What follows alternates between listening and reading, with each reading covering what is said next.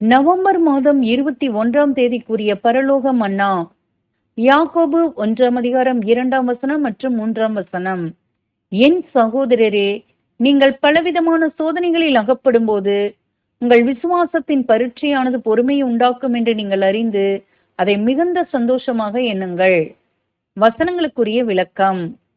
அநேகர் தங்கள் பரீட்சையின் காலம் முடிந்து தெரிந்து கொள்ளப்பட்டவருடன் சேர்க்கப்பட்டு விட்டோம் என்று எண்ணக்கூடும். ஆனால் பொறுமை, விசுவாசம், நம்பிக்கை இவையாவும் நம் இருதயங்களை சுத்திகரித்து மிருதுவாக்கி தேவனுக்கு கீழ்ப்படிதல் உள்ளவர்களாக்க வேண்டும். பல பரீட்சைகள் அல்லது சோதனைகள் நமக்கு பல பாடங்களை கற்பிப்பதால் இவைகளில் சந்தோஷப்பட வேண்டும். இவை நம்மை விசுவாசத்தில் பலப்படுத்தி நம் பலவீனங்களை அறிய செய்து சத்தியத்திலே உறுதிப்படுத்தி நம்மை காத்து நடக்க உதவும். மேலும் இவை அவர் வழிகளில் ஜீவிக்க அதிக ஆர்வத்தை உண்டாக்கும். ஆமேன்.